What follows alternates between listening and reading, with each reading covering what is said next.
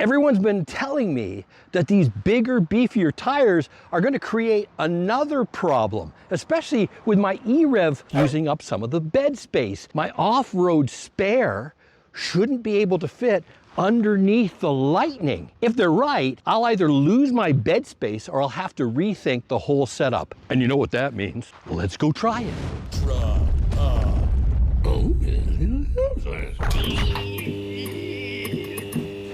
You all asked a really good question, and I'm going to answer it by us testing whether or not we can do what you requested. And that is, can we put a full-size 295/70 R18 off-road tire on its bead grip rim as our spare underneath the Lightning? Now, we know that Ford cheaped out and got rid of the full-size spares in the newest of the Lightnings, but this one's a 2022.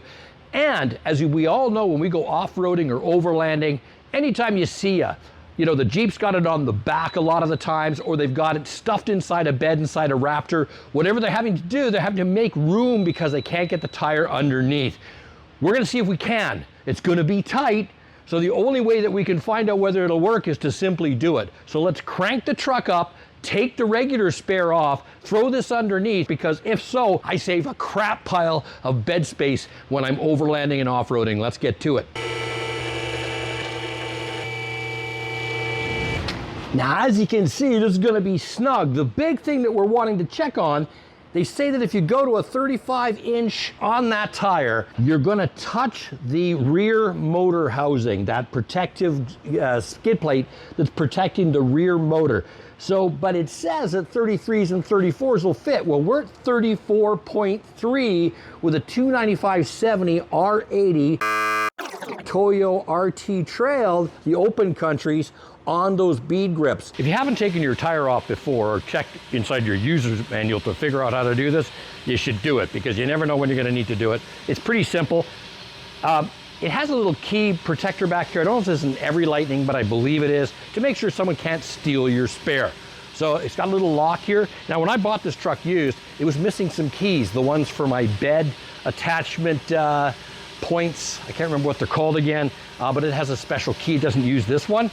So this is the one for this, fortunately. So the same one that I'm using to manually get into my vehicle right here, that's inside your fob.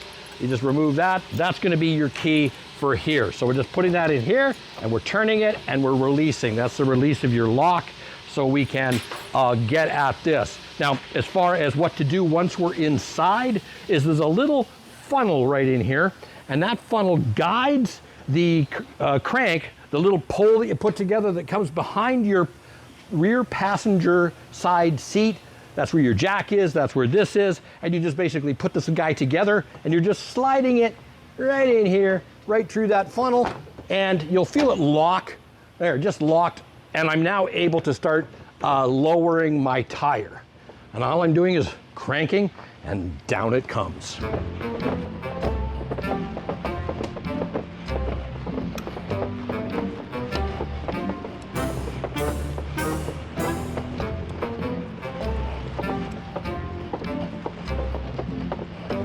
Now, because of the angle that we're on, and because we're raised up, I'm going to lower the truck back down until this tire is touching the ground, so I can easily remove it from its little harness on here, so I don't have to fiddle with it. So let's lower this back down, and then we're going to put the other one on.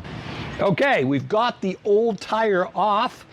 There's so much salt and crap and stuff underneath that thing, I don't think it's ever been removed since the truck was new.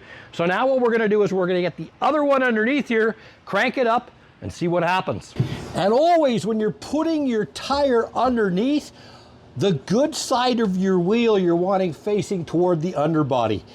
If you like your wheels looking nice and shiny and keeping them that way without damaging them, have the unfinished side facing down. It's something a lot of people forget to do. So don't forget to do it, especially when you're paying a lot for your wheels. And we're just basically wanting to put this back through here, and we're wanting to lock it back in there, and we're all good to go as far as lifting this baby up. Let's get it up and see what happens.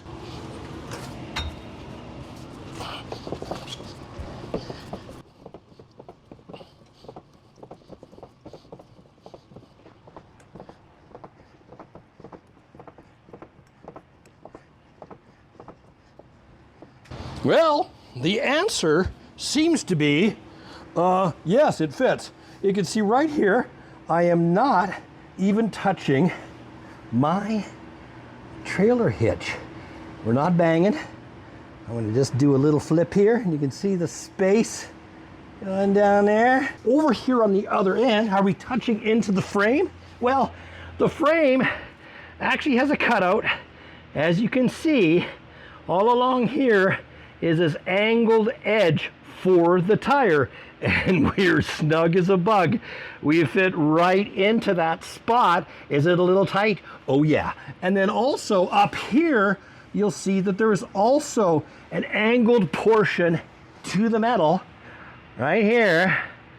I don't know if you can see that, for the tire, and our tire is snug as a bug right in there. So surprise, surprise, it looks like you can fit a 295/70 R18 Toyo open country RT Trail into your spare tire compartment spot underneath your truck. How much impact, literally, will it have with contact?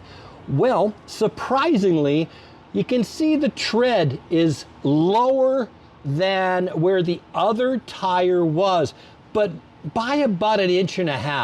And because of the way Ford designed this, so it goes up on an angle, you're not changing your departure angle because it's above your back skid plate on your rear electric motor, and you're level with the end of the hitch. And always, I want to thank Castlegar Muffler for allowing me to use their bay, their space, their expertise, and how they're helping me with the F-150 Ultimate Lightning build. They're there for me every step of the way, and they can help you as well. In fact, if you're interested in getting these wheels, these particular tires, and getting them installed all in one spot, Castlegar Muffler can do it for you. So make sure you reach out to them. If you're anywhere in the Central Kootenays or even in Washington or Oregon State, it's just about 20 minutes that way over the border. So consider saving some money on the exchange rate and getting yourself some nice tires and wheels. And why I chose these tires, I did that video right up here if you want to check it out if you haven't seen it already. I reached out to Toyo Tires Canada. I want to thank them as well for coming on board and supporting the Ultimate F-150 Lightning build series, because they agreed to come in and support me with the very tire that I wanted for this build. Last note regarding the before and after. You're all wondering, what was actually the range loss of choosing these big fat tires and putting them on this vehicle? Well, I don't know yet. And the reason I don't know yet, well, I just did an exclusive members video where I went into the deep dive into what the heck happened there. There is some crazy stuff. If you change the tire circumference on an F-150, F-250, F-350, F-150 Lightning, you're going to run into some issues, especially if you're in Canada, because there's only one way to change it inside the vehicle to have the correct circumference. And I ran into all of this, still trying to solve it. If you want to get all the details on that, I hope you'll consider becoming a YouTube or Patreon member, because every penny I make goes right back into the Ultimate F-150 Lightning build series. As always, thanks so much for supporting the channel and for sticking around. Talk to you soon.